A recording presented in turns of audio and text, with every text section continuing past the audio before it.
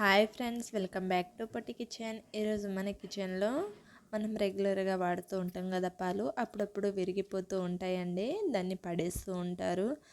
పడేయకుండా చాలా సింపుల్గా 2 టేబుల్ స్పూన్ పంచదార ఉంటే చాలు, ఎంతో తియ్యని స్వీట్ని మనం ప్రిపేర్ చేయొచ్చు. సో ఎలా చేయాలన్నది ఈ వీడియోలో చూసేద్దాము.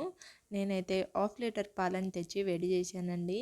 ఇలా కొంచెం విరిగిపోయినట్టు అయిపోయాయి. సో పడేయడం దేనికా అనేసి, అందరికీ పనికి వస్తుంది కదా, ఒక వీడియో చేసి పెడదాం అనేసి నేనైతే దీంతో ఒక స్వీట్ని తయారు చేయబోతున్నాను. సో ఇలా విరిగిపోయిన పాలని తీసుకొని మనం దీంట్లో ఉన్న వాటర్ అనేది సపరేట్ చేసుకొని తీసుకోవాలి. ఇలా ఒక జాలి గంట తీసుకొని మనం దీనిలో ఉన్న వాటర్ అంతా సపరేట్ చేసుకోవడానికి మనం ఇలాంటి జాలి తీసుకొని వడబోసుకొని తీసుకోవాలి. దీంట్లో ఉన్న వాటర్ అంతా కంప్లీట్గా సపరేట్ చేసి తీసుకోవాలి. సో ఇలా కంప్లీట్గా సపరేట్ అయ్యాక దీన్ని మనం వాటర్ అనేది పడేసేయాలి. దీంట్లో కొన్ని గ్లాస్ వాటర్ పెట్టి ఎలాంటి స్మెల్ వాసన లేకుండా 2-3 టైమ్స్ ఫ్రెష్గా కడిగి తీసుకోవాలి.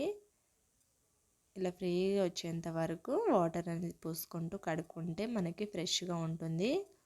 సో ఇలా కడిగి తీసుకున్నాక మరి అదే గిన్నెలోకి మనం మళ్ళీ యాడ్ చేసుకోవాలి. ఇలా యాడ్ చేసుకొని దీంట్లో 1 కప్ వరకు పంచదారని తీసుకోండి. అంటే నాకు మినిమం 100 గ్రామ్స్ ఉంటుందండి 1/2 లీటర్ పాలకి. మీ దగ్గర పాలు అనేది ఎక్కువ ఉంటే చక్కెరని క్వాంటిటీ ఎక్కువ పెంచుకోవచ్చు.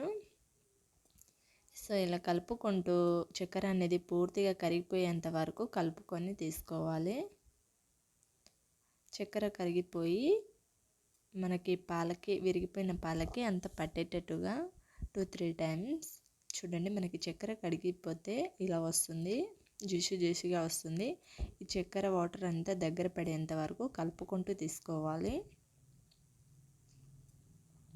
ఇలా కంప్లీట్గా చక్కెర వాటర్ అనేది అంతా దగ్గర పడ్డాక చూడండి, ఇలా మనకి కొంచెం పొడి పొడిలాడుతున్నప్పుడు, నెరి పొడి పొడిలాడుతూ తీసుకోవద్దండి. ఇలా స్టవ్ ఆఫ్ చేసేసి మనం దీన్ని అంతా ఒకసారి కలుపుకొని మెత్తగా చేసుకొని తీసుకోవాలి. సో మీ దగ్గర పప్పు గుత్తితో అయినా చేసుకోవచ్చు. నేనైతే నార్మల్గానే ఎలా చేయాలో చూపిస్తాను. ఒక బౌల్ తీసుకొని బౌల్లోకి యాడ్ చేసుకోవాలి కంప్లీట్గా. ఇలా కంప్లీట్గా యాడ్ చేసేసుకొని నేను ఇలా గంటెతోనే చూపిస్తున్నాను చూడండి. ఇలా కనుక 5 మినిట్స్ పాటు ఫ్రెష్ చేసుకుంటూ కలుపుకున్నట్లయితే మనకి మెత్తగా వస్తుందండి. ఇలా మెత్తగా చేసుకుంటేనే మనం ఎలాంటి షేప్లోనైనా స్వీట్ని చాలా సింపుల్గా ప్రిపేర్ చేయొచ్చు. సో ఇలా నేను చూడండి ఇలా ఎంత మెత్తగా చేసి తీసుకున్నాను. మీకు ఇబ్బందిగా అనిపిస్తే గంటెతోటి పప్పు గుత్తితో చేసుకోండి, చాలా సింపుల్గా అయిపోతుంది.